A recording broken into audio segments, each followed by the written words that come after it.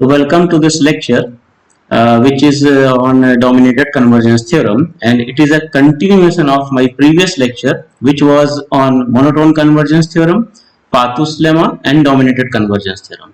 In my previous lecture I have just given the statement of the dominated convergence theorem. In this lecture I will prove this theorem. So just for recall, let omega a p be a probability space and all the random variables are assumed to be defined in this probability space. So first we recall what was the monotone convergence theorem. So basically let xn be a non-decreasing sequence of non-negative random variables converging to the random variable x, then limit n tends to infinity, expected value of xn is equal to expected value of x, that is limit n tends to infinity, expected xn is same as expected value of limit xn. That means this theorem basically provides us the conditions under which we can interchange this expectation and limit. And dominated convergence theorem will also provide us the conditions under which we can interchange expectation and limit. There is another lemma which was very useful, and we have gone through the proof of this lemma in our previous lecture.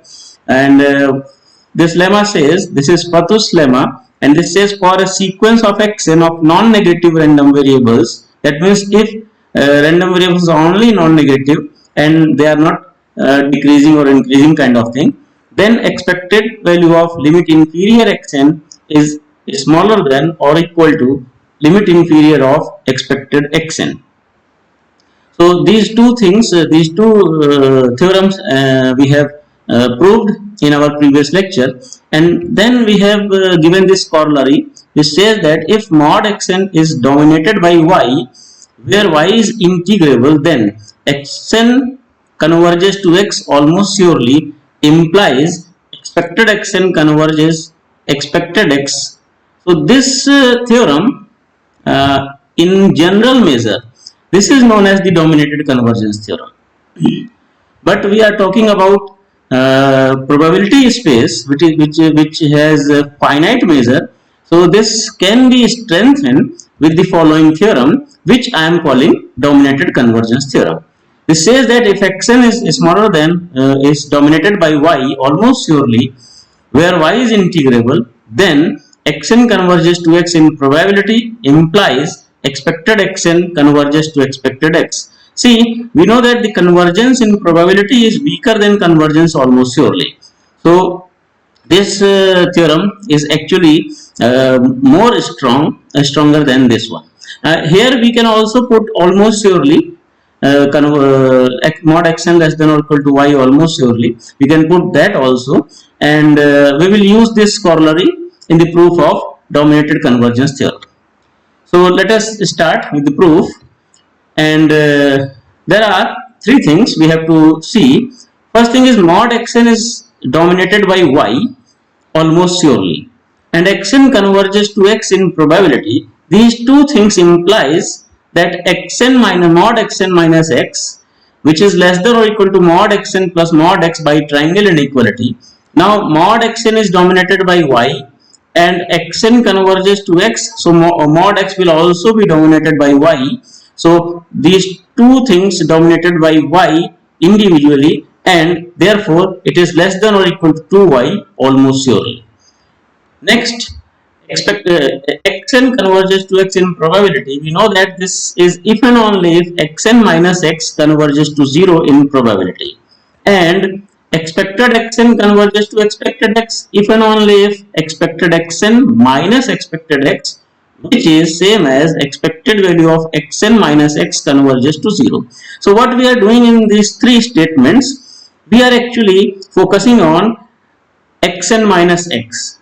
So if you see, mod of xn minus x is dominated by 2y, xn minus x converges to 0, and expected value of xn minus x converges to 0. So in our previous in our theorem, we can say that it suffices to prove the theorem for the case when x equal to 0, because whenever x is not 0, we can convert that by making xn minus x as a new sequence. So that means we are going to prove xn converges to 0 in probability implies expected xn converges to 0.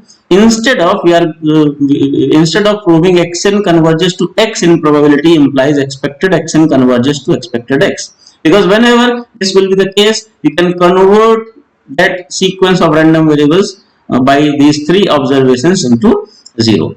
So we are actually going to prove this statement.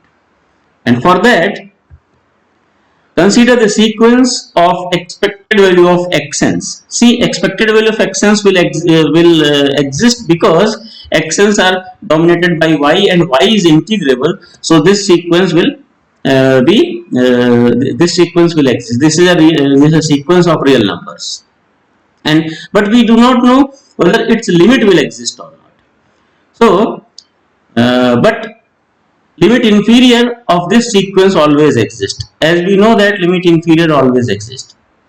So there is a subsequence of x and k of xn such that xnk converges to 0 in probability, because if a sequence is converging to 0 in probability, there will be a subsequence which will also converge to 0 in probability. I should say that all the sequences will converge to 0.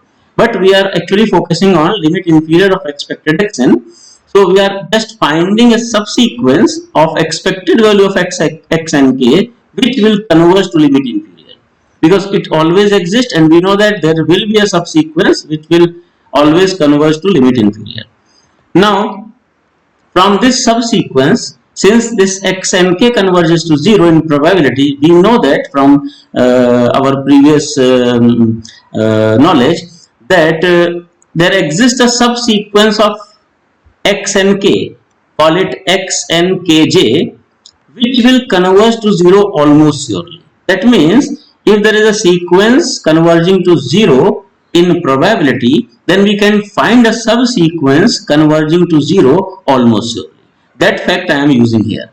So since x and kj converges to 0 almost surely, from the corollary we have mentioned in the starting of this lecture, that corollary gives us this result that expected value of x and kj also converges to 0.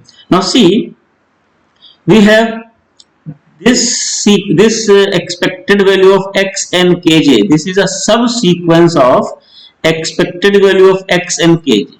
Now you know that this original sequence converges to this limit inferior, and this subsequence converges to 0. Now you know that if a sequence converges, then all of its subsequence will converge to same limit. That point we are going to use. So limit inferior expected xn, that means this quantity. This is nothing but the limit of this sequence. So this is limit k tends to infinity expected value of x and k, that means limit of this. But this expected x and kj is the subsequence of this sequence. So and this converges to 0. So these both will have same limit, because this is nothing but the subsequence of this, and this has a convergent limit. So both will be same, and this quantity we have shown that this converges to 0. That's how we are showing actually limit inferior of expected xn goes to 0. Now similarly, we can show that limit superior of expected xn is 0. How we can show this?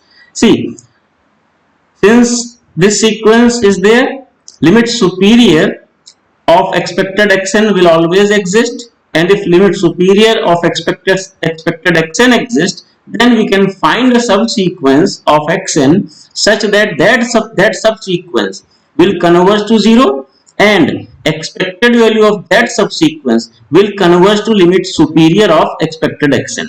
Now again, since this subsequence converges to 0, we can find a subsequence which converges to 0 almost surely. And using the previous corollary, if this xn kj converges to 0, we can show that expected xn kj also converges to 0. but this is a subsequence of this sequence which was converging to limit superior. Therefore, these limit superior expected xn, limit k tends to infinity expected xn k, which is same as limit j tends to infinity expected xn kj is equals 0, and in this manner we can also show that limit superior of expected xn is equals to 0. That means same process we will follow. Instead of writing limit inferior, we just write limit superior. So we have shown that limit inferior as well as limit superior of expected xn is 0, and since limit inferior and limit superior both are 0, so limit exists and limit of expected xn will be 0. So this was the proof of dominated convergence theorem, which is not very difficult. In this proof, what are the main 2 points? The first point is that if a sequence of random variables converges to 0 in probability, then we can find a subsequence of that random variable, that sequence which converges to 0 in almost sure. Number 1. Number 2, if limit inferior, limit superior always exist, and we can find out sequences which will converge to this limit, and then we find the subsequence of that subsequence which will converge to 0, and then we use the fact that if a sequence is convergent, then all of its subsequences will converge to same limit. These two things we are using, and that corollary we are using. So this was the proof of dominated convergence theorem. I hope you will like it. Thank you.